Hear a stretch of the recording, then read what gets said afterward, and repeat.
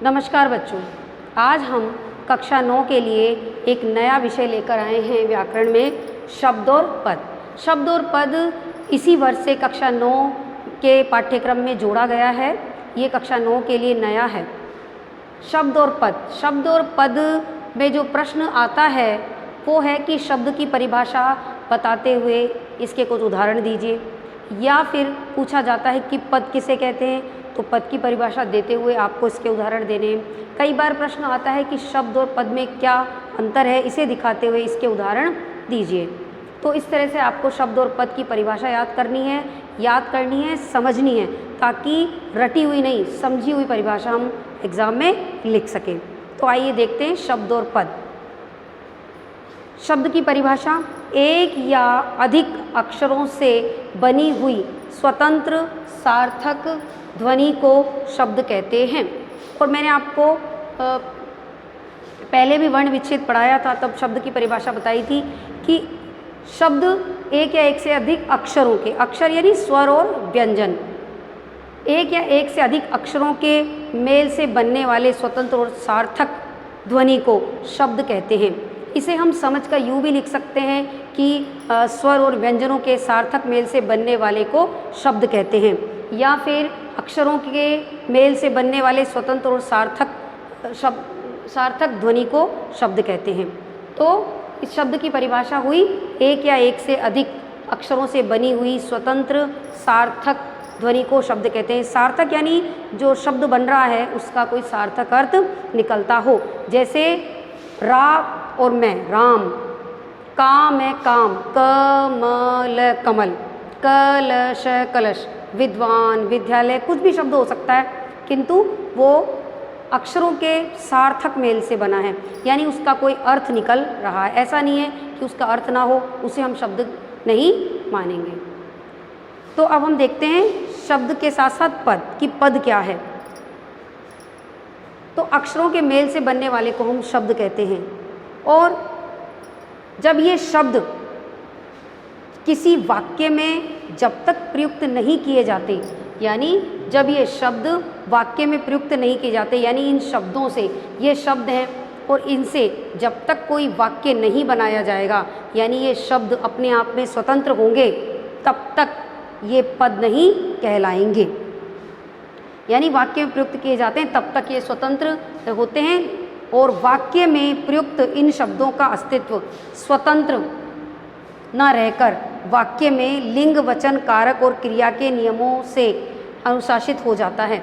यानी कि ये कहना चाहते हैं कि जब शब्द से वाक्य का निर्माण होता है और वो व्याकरण के नियमों से बंधकर एक वाक्य के रूप में अस्तित्व में आते हैं, तभी जो शब्द हैं वो पद कहलाते हैं। अगर शब्दों से कोई सार्थक वाक्य नहीं बन रहा है, या कोई वाक्य व्याकरण के नियमों का मतलब यहाँ पर ये है कि व्याकरण में सिखाया जाता है कि कर्ता पहले और क्रिया अंत में, इस तरह के जो नियम होते हैं उन नियमों में बनने की, राम बाजार जाता है, कर्ता पहले क्रिया बाद में, ये नियम है व्याकरण के।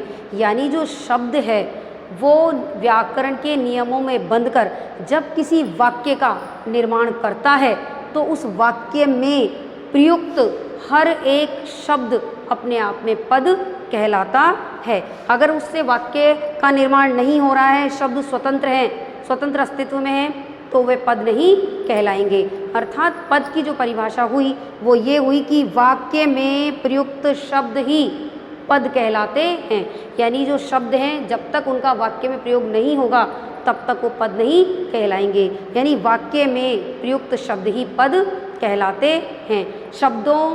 अक्षरों के मेल से शब्द बनते हैं, और शब्दों के सार्थक मेल से वाक्य बनते हैं, और वाक्य में प्रयुक्त शब्द ही पद कहलाते हैं।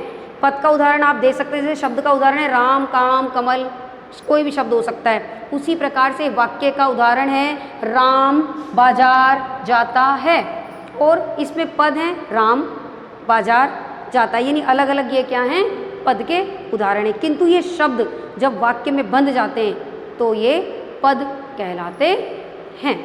जैसे हमने शब्द और पद को देखा, इसका जो प्रश्न है वो ऐसे आता है कि शब्द पद में अंतर बताइए, या फिर आ सकता है प्रश्न कि शब्द पद में कब बदल जाता है। तो इसके लिए हमने इसकी परिभाषा दी है कि जो शब्द होते हैं जब तक वो स्वतंत्र होते हैं तब तक वो पद नहीं कहलाते, किंतु उनसे जब वाक्यों का निर्माण होता है, जब शब्द वाक्य में प्रयुक्त होते हैं, तभी वो पद कहलाते हैं। इस तरह से आप डेफिनेशन देंगे और उसके बाद उसका उदाहरण देंगे एक वाक्य के रूप में, और वाक्य के हर शब्द के नीचे आप अंडरलाइन करेंगे। जैसे राम बाजार जाता है, ये पूरा तो वाक्य है, किंतु इसमें हर एक शब्द वाक्य बनने के बाद पद कहलाता है। तो हमने देखा शब्द और पद की परिभाषा। तो यानी कि शब्द जब वाक्य में प्रयुक्त होता है तभी वो पद कहलाता है। शब्द के प्रयोग के आधार पर इसके दो भेद होते हैं। शब्द के प्रयोग के आधार पर दो भेद होते हैं, एक तो विकारी और एक अविकारी।